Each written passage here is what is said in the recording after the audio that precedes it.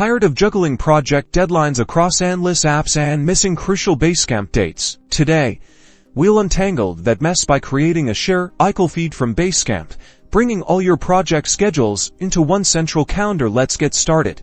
First, navigate to the project in Basecamp that you want to sync with your calendar. On the top right, there are 3 vertical dots, which is the Options menu. Click those dots. From the Options menu, find and select iCalendar feed. This will open a new window displaying the unique iCalendar URL for this project. This long string of characters is your key.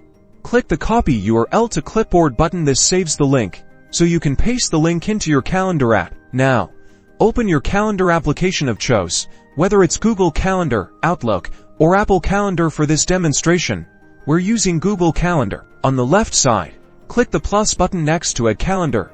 Then select from URL. A new window will pop up. Paste the iCalendar URL you copied from Basecamp into the URL field. Click Add Calendar. And that's it.